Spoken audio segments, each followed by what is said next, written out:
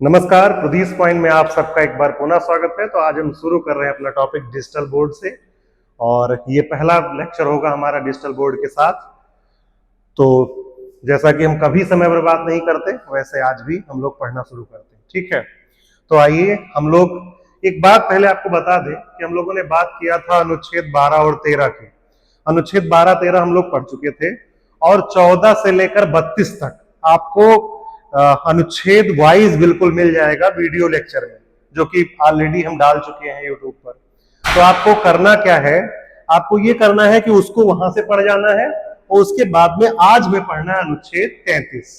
तो सबसे पहली बात जो आपको यहां पर ये जानना है वो, जैसे मान लीजिए कि अगर सशस्त्र बल है, कोई आर्म्ड फोर्स है अगर कोई, तो उनका क्या होगा मौलिक अधिकारों पर, उनका क्या अधिकार होगा, मौलिक अधिकार उनके होंगे या नहीं होंगे, इस बात पर आज हमें चर्चा करनी है। तो अनुच्छेद 33 है सशस्त्र बलों के मौलिक अधिकारों पर प्रतिबंध, restriction of fundamental rights for armed forces, restriction of fundamental rights of armed forces. अब यहां पर जो हम लोग देखेंगे, जो पहला इसमें कि क्या कहता है अनुच्छेद 33, थोड़ा सा प्रॉब्लम हो सकती है लेकिन धीरे धीरे इस पर हाथ सेट हो जाएगा। तो अनुच्छेद 33 कहता है कि संसद को यह अधिकार है, पॉइंट टू बी नोटेड, किसको अधिकार है, संसद को अधिकार है, किसको है, संसद को यह अधिकार है, संसद को यह अधिकार है कि वह कानून द्वारा यह निर्धारित करे, कि वह कानून द्वारा यह निर्धारित करे। पहली चीज आपको ध्यान रखना है कि संसद को यह अधिकार है कि वह कानून द्वारा निर्धारित करे कि कौन मौलिक अधिकार सशस्त्र बलों, अर्धसैनिक बलों, खुफिया सेवाओं या ऐसे बलों पर लागू नहीं होंगे।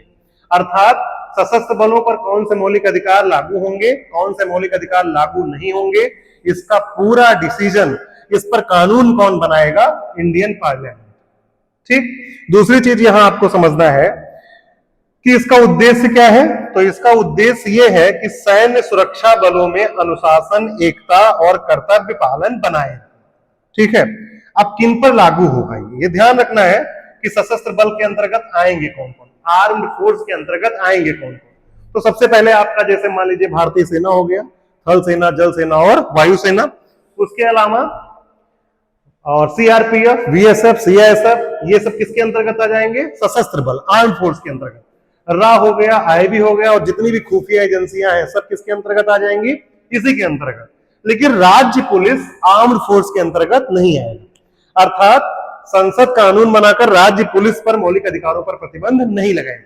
अब प्रश्न यहां पर यह उठता है कि जो मौलिक अधिकार है, राज्य पुलिस क्या संघ बना सकती है, राज्य पुलिस क्या जिस तरह से आम व्यक्तियों को मौलिक अधिकार मिलता है, क्या उसी तरह का मौलिक अधिकार उत्तर प्रदेश पुलिस को, दिल्ली पुलिस को, हरियाणा पुलिस को, पंजाब पुलिस को मिलता है? तो आपका आंसर होगा कि ऐसा नहीं है।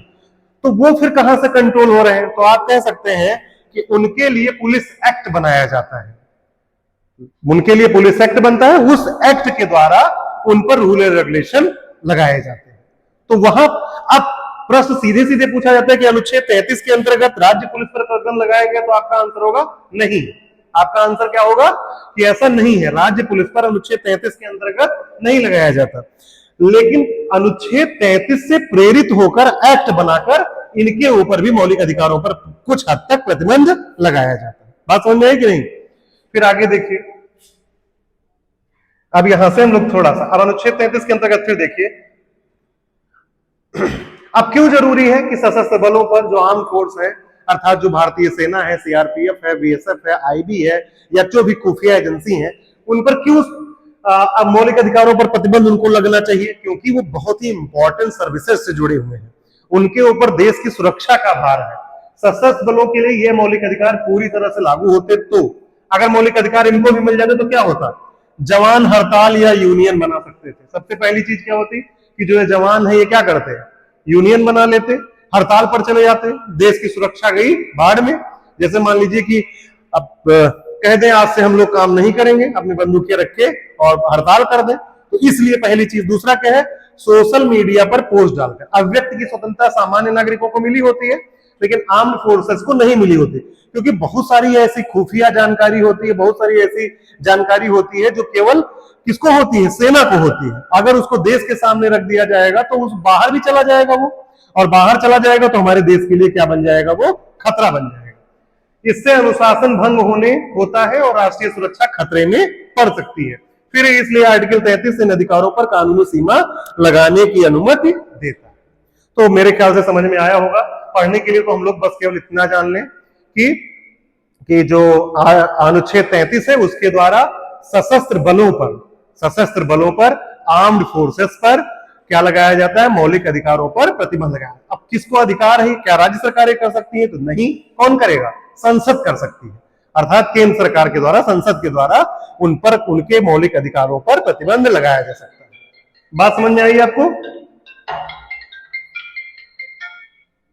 ठीक है, तो ये हुआ, और इसमें कुछ चीजें और हैं। संसद की भूमिका आप समझ चुके हो, केवल देख लो।